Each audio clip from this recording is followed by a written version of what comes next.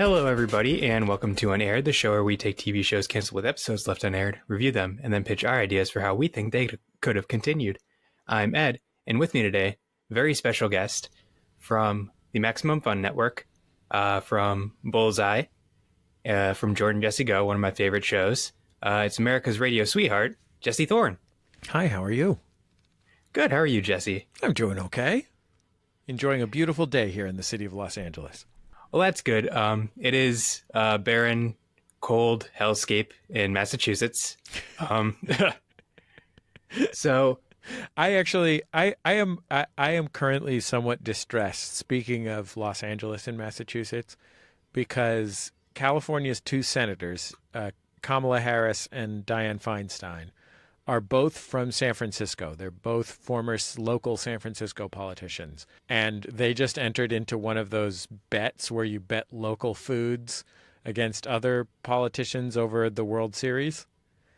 Mm-hmm. And I, as a San Franciscan, as a former San Franciscan myself, or a native San Franciscan myself, I cannot imagine feeling more betrayed than I am at them having, at two San Francisco politicians having tweeted #GoDodgers. It's sickening. I will be rooting for the Red Sox in the World Series. That is the right way to go. And I am basically just saying that because I'm from Massachusetts, and I will be taxed if I don't. Yeah, that's fine. That's good enough. Yeah.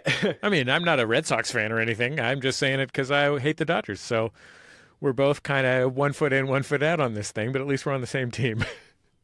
Exactly. So usually for the show, I've curated a list of TV shows. And I also say, like, hey, if there's a show that the guest would like to choose, they're more than welcome to. And you chose a amazing show, Police Squad. So what was your kind of reasoning with Police Squad? Like, what was your background with it? Well, so a DVD of Police Squad came out maybe 10 years ago, and I got sent a promotional copy in the mail, and I had not really heard of it. I was vaguely aware that the Naked Gun movies had come from a television program, and I watched a couple and thought, oh my God, this show is amazing. This might even be better than the Naked Gun movies. And then I have a cabin in the woods here in California, and in my cabin I have a TV VCR, and I found a set of Police Squad on VHS.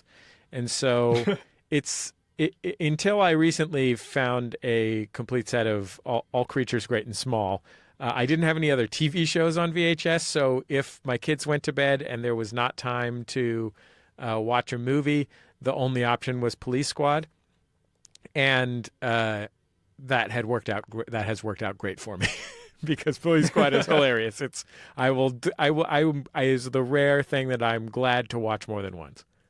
Yeah, I was surprised because I also this is the first time for this show I've actually gotten the physical media, because I love the Naked Gun movies. So I'm like, oh, you know what? Might as well. It's in a bundle with the 3 Naked Gun movies.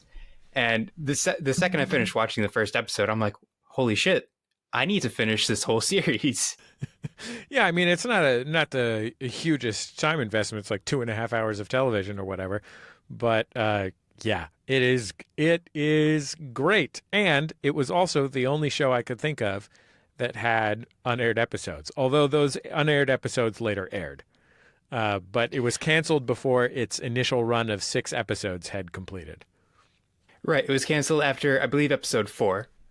Exactly. And I think they burned off the last 2 in the summer later that year or something like that. But and I also think that they reran them on CBS when The Naked Gun came out 10 years later. But yeah, I rewatched the last 2, the ones that didn't make it in the first round of airings on CBS in the early 80s. So this show, like you mentioned, ended in the summer. They burned off the episodes. It aired originally March 4th to July 8th, 1982. And it was created by David and Jerry Zucker and Jim Abrahams. If those names sound familiar, it's because they are behind a lot of spoof movies. They did the Naked Gun films. They did Airplane. They did individually. They all did separate things. Some of them did Basketball. Some did Scary Movie 3 and 4. But these are, aside from Mel Brooks, the few people that can actually do parody. Yeah, I mean, I think that anybody who works in the comedy industry would tell you that parody is the lowest form of comedy. But you know, really, what Zucker Abrams Zucker do? I mean, I haven't seen their Scary Movie uh, uh, episodes. What do you call them? I haven't seen the Scary Movie films that they directed, so I can't speak to those.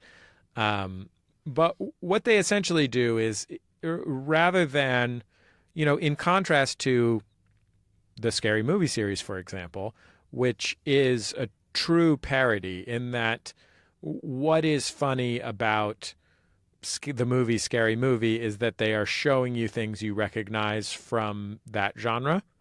I think that Zucker Abrams Zucker in Airplane, in their great films, Airplane and the Naked Gun movies and Top Secret and so on and so forth, they're basically just taking the form and of, in this case, a police procedural, and hanging a million jokes on it. And the police procedural form is so durable. Like it's so, the beats are so familiar and the narrative is so satisfying, even when it is completely absurd and silly, that it's basically the perfect vehicle for that kind of nonsense. I mean, like, have you ever seen Airport 76 or whatever it is, the movie that Airplane is a parody of? I haven't. No, and I don't know anybody that has. Yeah, but like Airplane is like the funniest thing ever. Like I could sit down and watch Airplane right now, and it came out when I was, you know, negative 6 years old or whatever, because you know it borrows the form of this airplane disaster movie, but really just borrows the form as an excuse to have 10 trillion jokes. I would say, like, honestly, like I would say that the movies that the Lonely Island guys have made, they've made two super funny movies, MacGruber and Popstar. And both of those are probably much more similar to those Zucker Abrams Zucker things than like Scary Movie is or whatever, because they are basically taking a form, taking a structure that already exists, and then saying, well, what if we added 75,000 jokes to that? Right, and you get that like from the get-go on this show, because right in the opening credits, there's already a ton of jokes. Yeah, totally. So the opening credits start off introducing Leslie Nielsen, and he gets out of his car. There's a shootout. Then Alan North, who's the captain, he's in the office. Then there's a shootout. And then Rex Hamilton as Abraham Lincoln. There's a shootout. Yeah, I really like, there's a lot of running jokes on this show for a show that only lasted 6 episodes. And one of the best is that every episode they introduce a guest star, and the guest star, who are legitimately famous people, like people that I have heard of despite having been, you know, 1 or 2 years old when this show aired on TV. Every guest star gets killed in the opening credit montage. It was so funny because when I first watched this, I'm like, oh shit, I didn't know Lauren Green was in this. And literally within the first 2 seconds, he's stabbed and thrown from a car. Yeah, absolutely. But there is no moment in the show that does not have a wonderful joke going on somewhere. Like I was watching one joke in the foreground of a scene in the police station, and I noticed, I guess I've probably seen them all a couple times now, and I had never noticed that outside the window of the police station they have matted in the Eiffel Tower. I didn't even know that. It's like there's just 10 trillion billion jokes, and you wonder, like, when you're watching it, on the one hand, these are the guys that made Airplane the greatest thing of this type ever. On the other hand, you're like, how could they possibly have kept this up? I mean, I guess The Simpsons kept it up, but like it's the density, the number of gags that they have to come up with to make this work is unfathomable. Right. It's insanity to me how many gags they fit into 23, 24 minutes. Yeah. There's some real good ones. Man, I was just Oh yeah. thinking about, I think this is a runner. I think they do this a few times where Leslie Nielsen is interviewing someone in the police station and he goes, cigarette? And then they go, yes, it is. Yep. That's actually one of the when you pop the DVD in, that's one of the clips that it shows while it's waiting for you to choose an episode. And that was like the first introduction to the show for me, was that clip. And I was like, oh, I'm in for a fun ride. I mean, the reality is, like, you know, like, so many of these jokes are like the most basic joke form in the world. Like that, like literalism, like someone taking something figurative as literal is a joke that like 7-year-olds figure out, you know, like that's what is funny to a 7-year-old. You know, it's like immediately after two words that sound similar. But I mean, it's, you know why it works? Because it works. You know, it's funny. And I think a big part of that too is Leslie Nielsen, because he can sell it nonstop.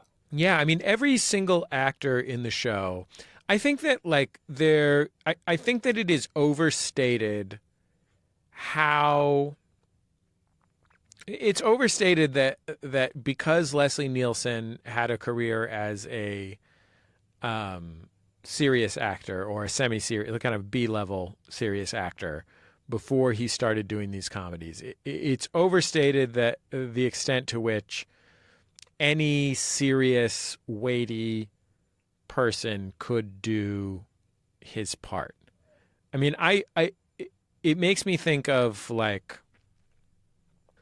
you know, I'm sure that was the thinking behind, for example, casting Andre Braugher in Brooklyn Nine-Nine. And I love Brooklyn Nine-Nine and I love Andre Braugher in it because he's a legitimately brilliant actor. And he does bring a lot of, you know, the fact that he has so much weight brings a lot to the lightness around him. When they have Andre Braugher do something funny, he's not bad at it, but he's not as good at it as the, you know, lifelong comedy people who surround him. And I think some people have the idea that like all you have to do is write something funny for a person who has a lot of gravitas to say. And that kind of is true. Like, it's not true, but every single one of the actors who are playing a type in this show also nail every single joke perfectly. Like, every single one of them is brilliantly funny just because they are being deadpan, and many of them had previous careers as relatively serious actors. They're doing it on purpose. Like, it's not just that they are like vessels for parody because they are exactly like the thing that's being parodied. They are good at it. Right. So the episode, the plot of it is a woman, Sally, works at the Acme Credit Union, and she needs money for her orthodontist, which they play out very funny because they make it seem like it's a drug habit in the beginning rather than just orthodontistry, because she's going to her boss saying, Jim, I need help. And he says, oh yeah, this week it's your rubber bands, next week it's braces. Like, it'll never end, Sally. And so she decides, all right, you know what? I'm just going to kill my boss and blame it on this guy that's setting up an account here and just steal the money. So one of the bits while this guy is setting up his account is it gets very invasive. It starts off, okay, I need 2 forms of ID. I need you to stand there. Now I need you to turn your head and cough. All right, spread your toes. Other side. And while this is all happening, Sally pulls out a gun from her desk, then pulls out a gun from her purse, loads it, and shoots the man. Yeah, there are a lot of jokes on the show that call out the absurdity of the procedurality of these shows. Like, I guess this is like a parody of 60s and 70s cop procedurals. And there are a lot of jokes where, I once saw my friend Brandon Bird is a painter who does a lot of work about popular culture. And when we were in college, he did this art show about Law and Order, which is like his favorite thing in the world. He loves Law and Order so much. And one of the pieces that I think about a lot was this video piece that was made by this, I don't know, it's European video art collective of some kind. And it was every moment, it was a montage on Law and Order, of Law and Order moments where characters take off and put on their glasses. And this was before the idea of the, quote unquote supercut or whatever. And actually, I think had a very different purpose than the supercut. But like the idea of it essentially was that like in this hyper compressed narrative form, they're constantly making choices that we maybe don't even notice anymore because we're so used to the form about what to show and what not to show. And so realistically, when you're watching Law and Order, the moment where a character takes on or puts off their glasses may be the only air in the entire narrative. I mean, it's like why people talk about how they're always stocking shelves or whatever. Right. And one of the things that this show, that Police Squad does really great, is it will like it sort of breaks down and calls attention to those sort of process parts of a procedural, like things like there's always great jokes when Leslie Nielsen has to drive from somewhere to somewhere else. I was watching one where he said I had to drive back to HQ or something, and it's a green screen car driving shot, but he's driving backwards.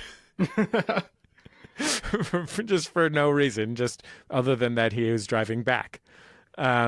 And so all these like moments of and time things I love. Also, another kind of joke that they'll do a lot that's really great is like carrying a scene one beat past where it would stop on a procedural show. They'll just show that next moment that is implied, but they'll show the craziest version of it.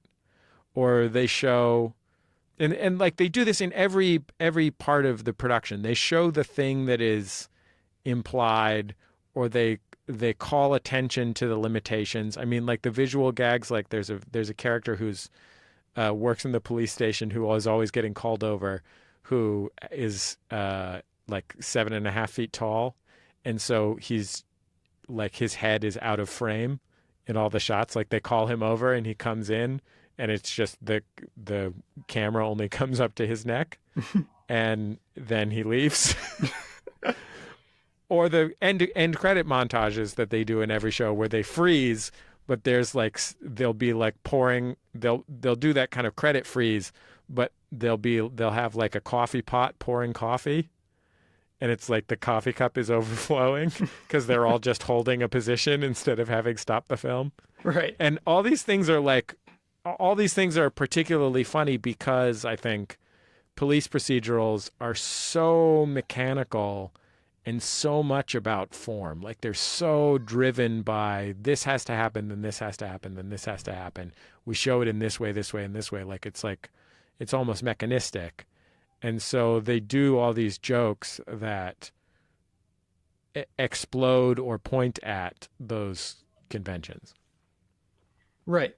When you were mentioning earlier the whole background thing, how when he's driving there's always a funny background. That starts right in the first episode. There's a part where he goes, "Oh, we have to drive over to Little Italy." In the background, you see a Roman Colosseum. So stupid. And then when they get to the widow's house, in the background, you see the Leaning Tower of Pisa out the window. It's like, that's barely even a joke. Right. But it's so stupid that like you see it and you go, "Oh God," and you can't help but laugh. Yeah, I mean, like, I'm a real joke snob. Like, I can't even begin to tell you what a joke snob I am. Like, basically, if I watch a network television sitcom, even a perfectly good one, I just sit there resenting the whole time that the jokes aren't as good as the jokes from 30 Rock or The Simpsons, like the greatest jokes of all time.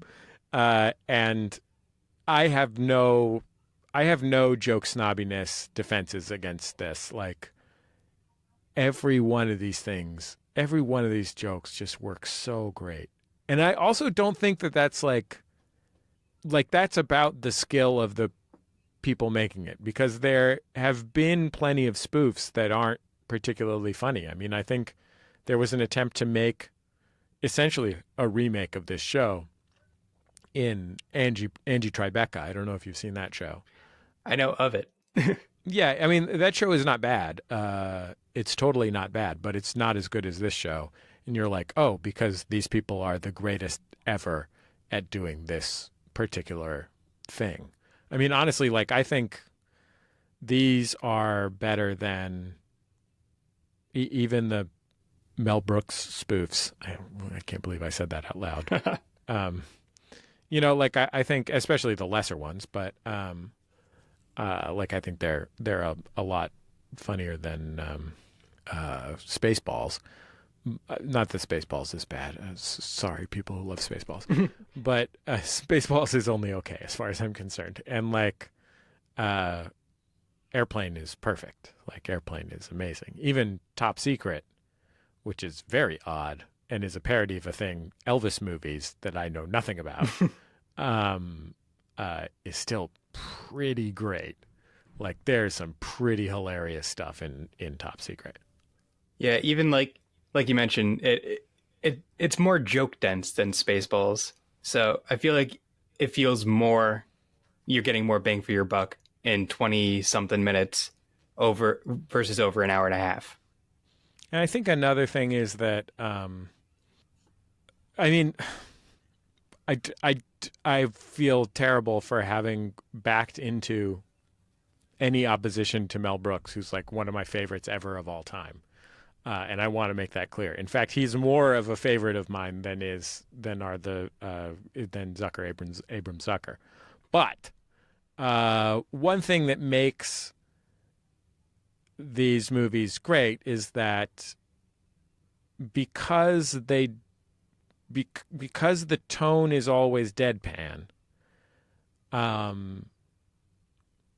the lesser jokes are much more tolerable. So if you're annoyed by it, it's very unlikely you will be annoyed by a joke, even if it just passes by without making you laugh. Whereas I think that in the Mel Brooks movies, every joke gets sold hard. And in the ones where the jokes are great, Young Frankenstein, or, I mean, I don't know. I love History of the World Part 1, which is, some people are not that into. Like in those, when the jokes are great, when they're selling them that hard, it's fun. Because they work. But when the jokes don't support the salesmanship, it's kind of a different matter, if that makes sense. Yeah. So I'm just going to go through a quick rundown of the plot because there are so many things that happen in this episode, just joke-wise, and I just want to highlight a few of them that are amazing. So basically the plot is this woman kills her boss, steals money, blames it on another guy. They do some bullet analysis, find out that she had to have shot him, and turns out that she is not who she says she is. There's a shootout, and she gets arrested. That's like the basic plot. Some of my favorite moments in this are when Frank first arrives at the crime scene. It's like a completely empty street, save for a trash can, and he makes a point to crash into the trash can. Yeah, that's another great runner on the show. He never parks his car without crashing it. Like, he crashes his car every time he pulls into anything. It's never commented upon or followed up on. He just is incapable of driving without crashing. Right. And with the dead bodies, we get two gags. The coroners are bringing the body out as the captain is explaining the whole situation to Frank. And it's just an extremely long body. And it gets to the point where they go inside and you still get the coroner walking out. That really is like a classic. I was watching a different episode last night where they go to the morgue and they pull out the body that they're looking at, and while they're looking at this body, there's a couple of morgue guys pull out another drawer behind them, but it won't go all the way out, and the body's kind of big, so they're trying to stuff it into the drawer head first while the scene is playing out in front of them, like just banging it over and over and like trying to fold it up, and oh god, it's hilarious. And then we get a sort of who's on first type bit, which could have failed extremely hardly, but it works so well. The gunman's name is, I believe, Jim Twice, and her boss's name is Jim Fell, and he interviews her about the whole thing, saying, "So what happened? Oh well, I shot the gunman once, and then Jim fell.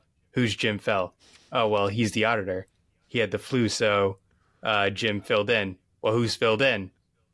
And it just goes on for about 2.5, 3 minutes, to the point where it stops being funny for a brief period of time, and then it comes right back.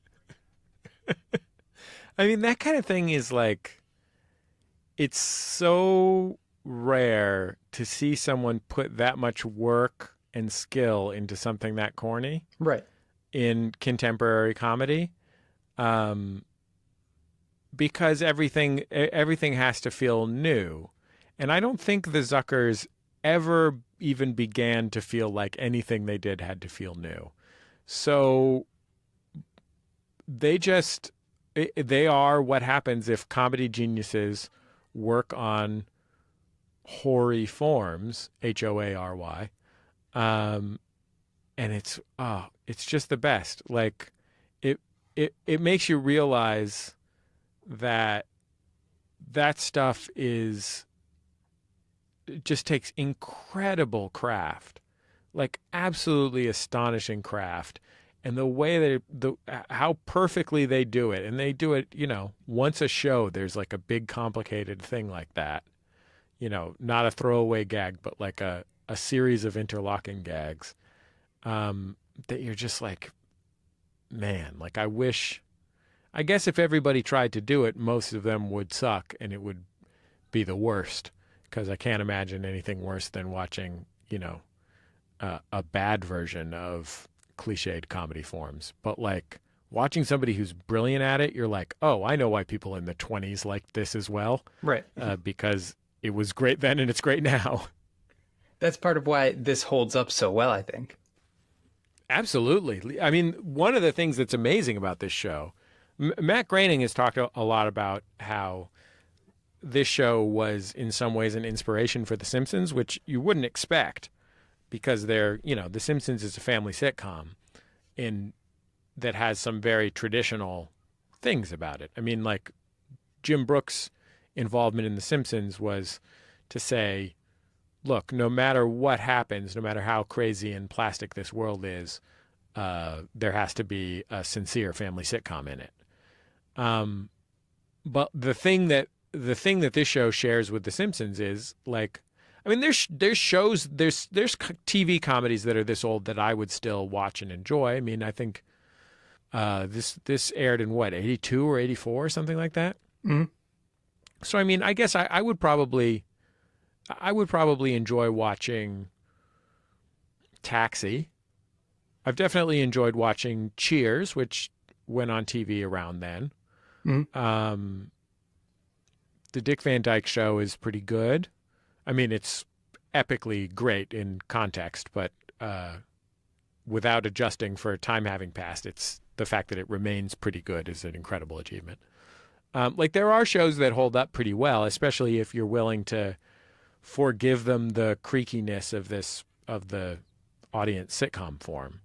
But like Police Squad is as intense and funny as anything that's as intense, funny, and intensely funny as anything that's on television now. And this is a show that was on television 35 years ago. And that revolution was a revolution that was led by The Simpsons. Like one of the amazing things about The Simpsons is there's always a great joke happening because whatever, they're not holding for applause. They don't, they don't have to, their universe is very plastic because it's animated, like they can change things and stretch things and whatever. But Police Squad is, that's 7 or 8 years before The Simpsons. And it has that same incredible density of jokes. I mean, I really love Cheers. I've watched almost every Cheers. And it's like one of my favorite television comfort foods. But, that was a really sophisticated show on TV at the time. And it does not play as a sophisticated show in 2018. It plays as a good show, Right. but it's just pretty regular. Like the jokes they occasionally mention a fancy thing, but only rarely, and it's not like the jokes are like really, they're just regular sitcom jokes. They're just really good ones. And yeah, like Police Squad has a kind of fineness and sharpness that it's hard to find anywhere else at this time. Yeah, and I believe Matt Groening actually, because like you said, he has talked about this a lot. I was reading on the Wikipedia page that there's a quote about him saying, if this show had been made 10, 15 years later, it would have been insanely huge.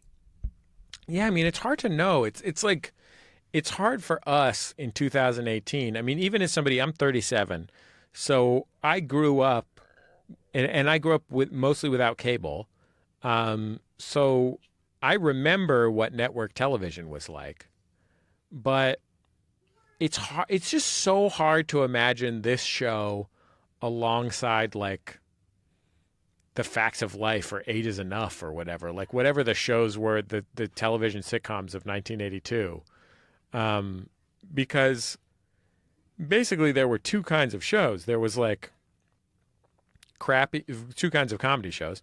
There was like crappy sitcoms and well-crafted sitcoms, like there had been minor innovations, it's like, oh, well, Norman Lear shows are about people who are struggling and maybe incorporate some social issues in very special episodes. MASH is allegorical about the Vietnam War, and looks different. There were things happening, but mostly it was just like Webster, Mm-hmm. and like, no offense to Webster, a lot of talented people worked on it and did their best, but I don't want to go back to watch more Webster. You know what I mean? Like Right. it served its purpose. Whereas this is like a really distinctive, original thing. I mean, if I was going to guess, I would say if this had happened 10 years later, if this had been on Fox in the early days of Fox, for example, I don't know if it would have been a big success. It at the very least would have ran longer. I mean, Get a Life ran for 3 years or whatever, and Get a Life is, it's a sitcom starring Chris Elliott where he does Chris Elliott stuff the whole time. There was an episode where he and his dad had an alien that moved in with them that kept barfing on them. I've never seen this show. That just baffled me. Oh, you've never seen Get a Life? Well, you should totally watch Get a Life because while it is of the early 90s, it is a very special show. And it was, there's other, whatever, Married with Children, which may not to be everyone's taste, but like is very tonally distinctive and was very remarkable in its time. Or It's Larry Sanders' Show. It's Gary Shandling's show. Would be another example of this. Another kind of proto Simpsons, a little earlier. Like maybe I kind of feel like if it had been on Fox, maybe they could have got 3 seasons out of it. But one of the problems with it as a television show is that we tend to turn to television shows because we have a relationship with the characters. And it is hard to develop a relationship with these characters, even as sweet as Leslie Nielsen is, because nothing in the show has any emotional stakes other than those that are like predetermined by the structure. So it would really only be people like me who just want to watch 1,000 perfect jokes.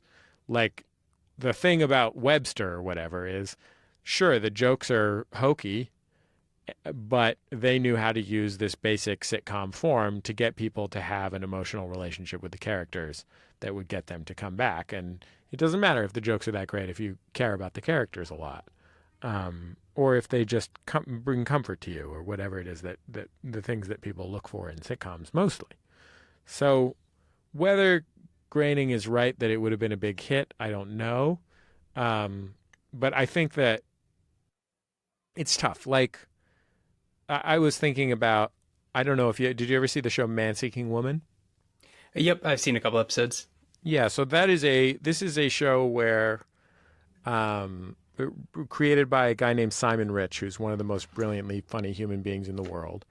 And it's like a Friends dating sitcom where each episode goes on a kind of literal, fantastical, allegorical journey in the context of it being a Friends dating sitcom. So, like, they're going on a date and there's a war room with a bunch of generals arguing about whether to go nuclear or whatever, right? And that show, from my perspective at least, like, there was so much funny in that show, and great actors, and beautiful to look at. All the ideas really play through really cleanly, but it never caught on with audiences. And like, I think the reason is when you've got a lot of setup for the jokes, even when the setup is relatively emotional as it is there, like, it's just hard to build that relationship with the characters. And I don't know if that ever would have happened for Police Squad. Yeah, and a lot of people turn to TV to kind of like shut their brains off and not necessarily watch a sitcom for the comedy, if that makes sense. Like, it's why like your shows like Big Bang Theory are successful, where it's just kind of formulaic jokes. You just want to shut your brain off and watch. Yeah, because you like it. It's ultimately the role that the thing that sitcoms give us is they give us a family, introduce disorder, and then resolve it in the family, right? Mm-hmm. And that is very deeply comforting if you can imagine yourself being part of this family, whether it's a group of workplace people or the friends from the hit television show The Friends.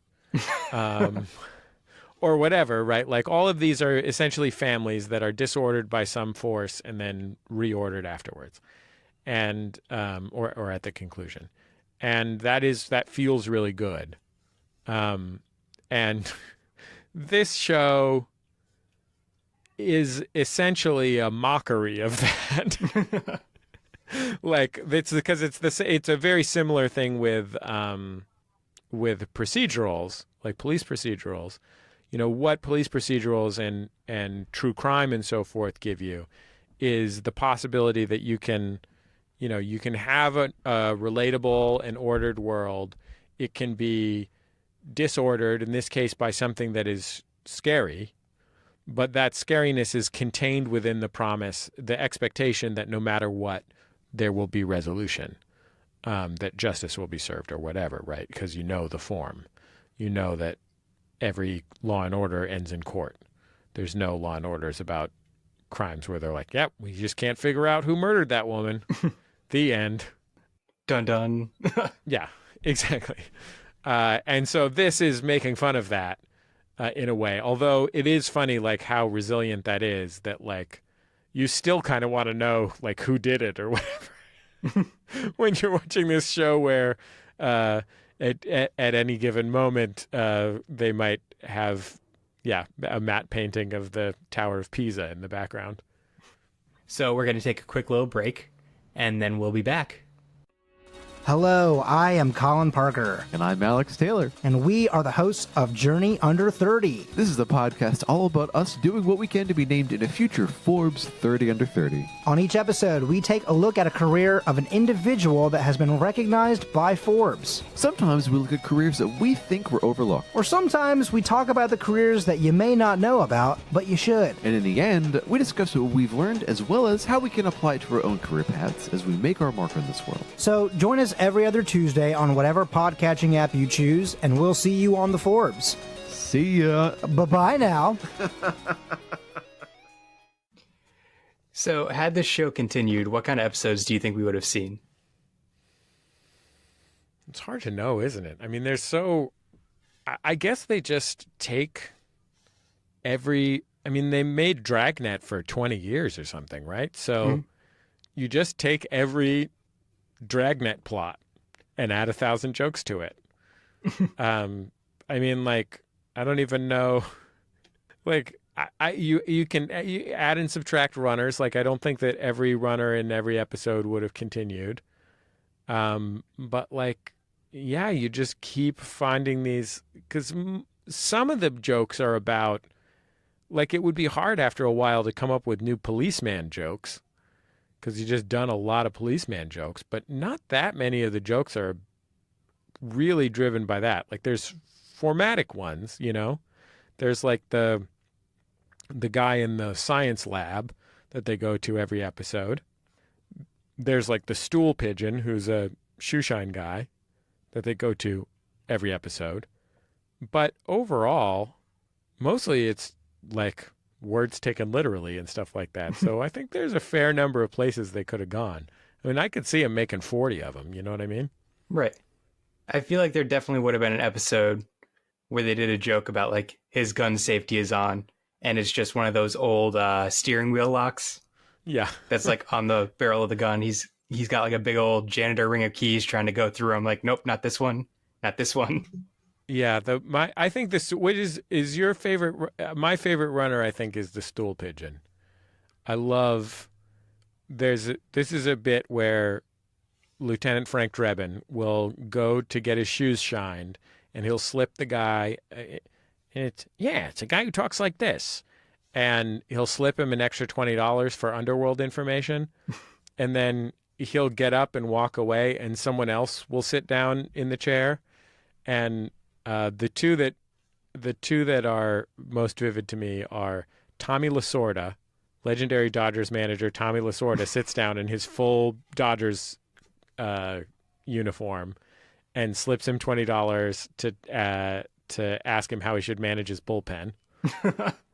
And the other one is Dick Clark sits down and asks what ska is.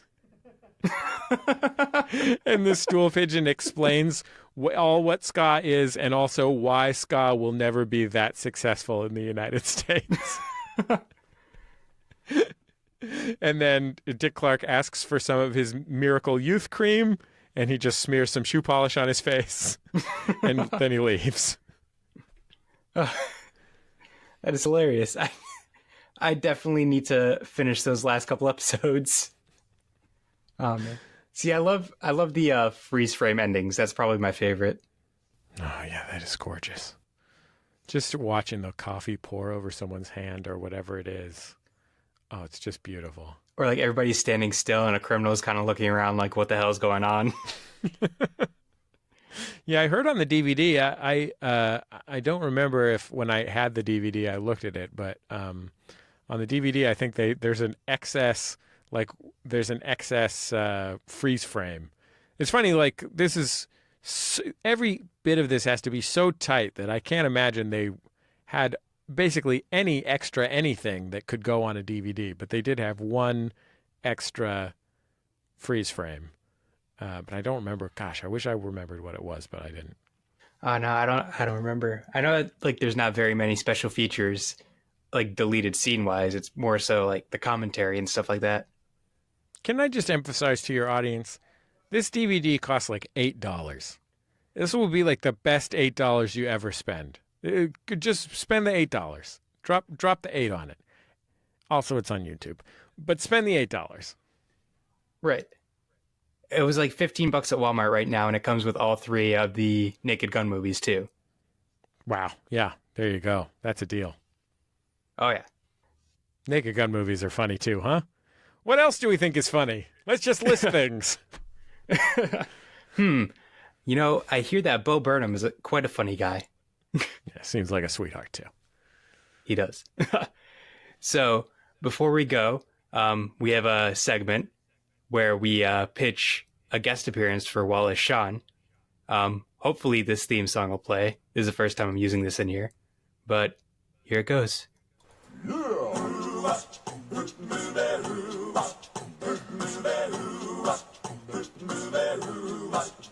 Well, he's been through Hollywood, from The Princess Bride to Clueless. He's an actor and a playwright and an essayist as well. He is nowhere to be found, so it's time for us to do this. Tell me, why in the world isn't Wallace Shawn on this show? It's time for Why in the World Isn't Wallace Shawn on this show. So, Jesse, what do you think a guest appearance of Wallace Shawn would look like on Police Squad? Was that you singing it live just now, or did you just do a one take before, mix it, and then you use that one live take every time? Oh, I mixed it beforehand. There's actually no instrumental of Rockapella's Where in the World is Carmen Sandiego, so I had to try and recreate it using just the intro. Yeah, well, you did a nice job. Your lead vocal is hesitant.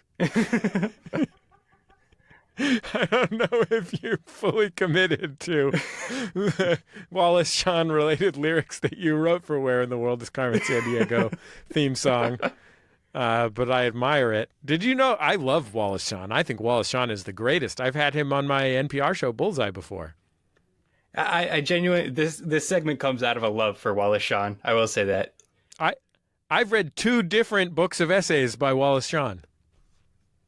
I haven't actually read his essays. My regular co-host actually saw him after the election doing an interview with Noam Chomsky at Emerson, and he was like, "Oh yeah, that was pretty cool." Was it just called Galaxy Brain? Like, wow. It's like the category there is people who are possibly too smart for their own good. Like impossibly smart humans live on stage. Yeah. Yeah, Wallace Shawn is the greatest. So what kind of role do you think he would have played in this show as like a guest appearance, aside from being tossed out of a car in the beginning? Yeah, I mean, that's an easy one. I feel like this show, you could hardly have more possible Wallace Shawn roles. I mean, Weasley crime boss, Weasley crime underling, Weasley police officer, Weasley police chief.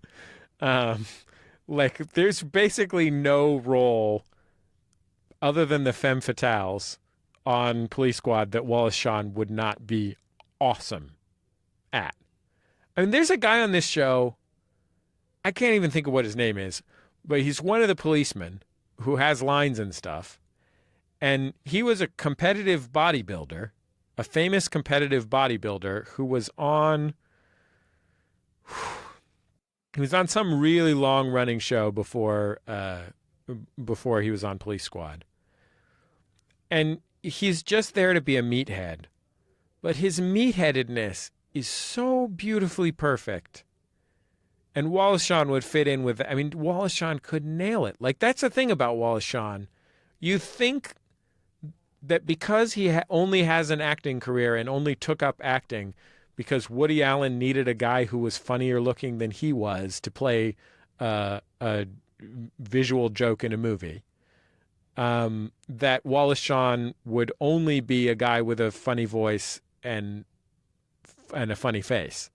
But actually, Wallace Shawn is exceptionally great at acting.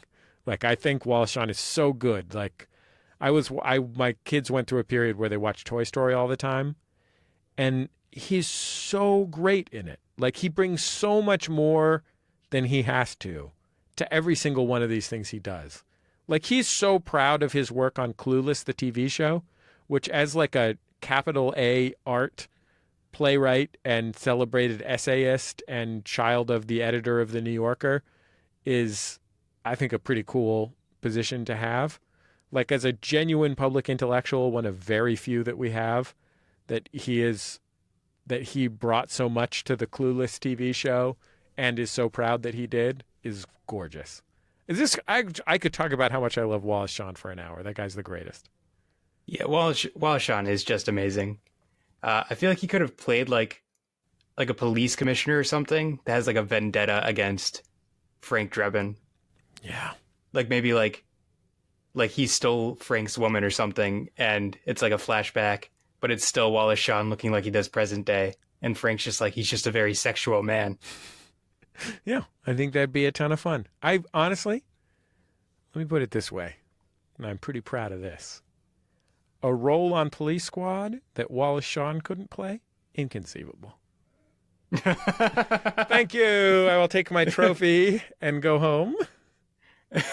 I think that's actually a great place to end this episode.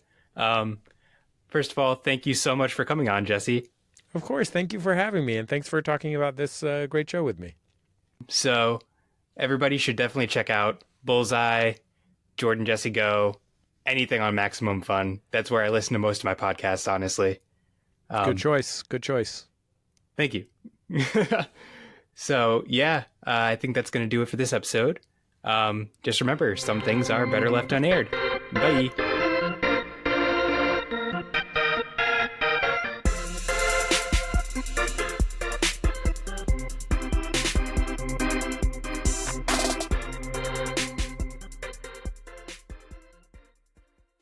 Hey, Jen. Hey, Micah. Remember watching the Friends premiere? No, I never saw that. Oh, but remember those first Wu-Tang solo albums that came out? No, I don't. Remember that terrible Frasier theme song? Oh my god. Remember I was sent away from home when I was 16, sent to like the middle of nowhere, Montana, therapeutic boarding school. None of this rings a bell? Oh, yeah. Join us for I Never Saw That, a podcast about mid-90s pop culture and Montana. What about ER? You saw that, though, right? No!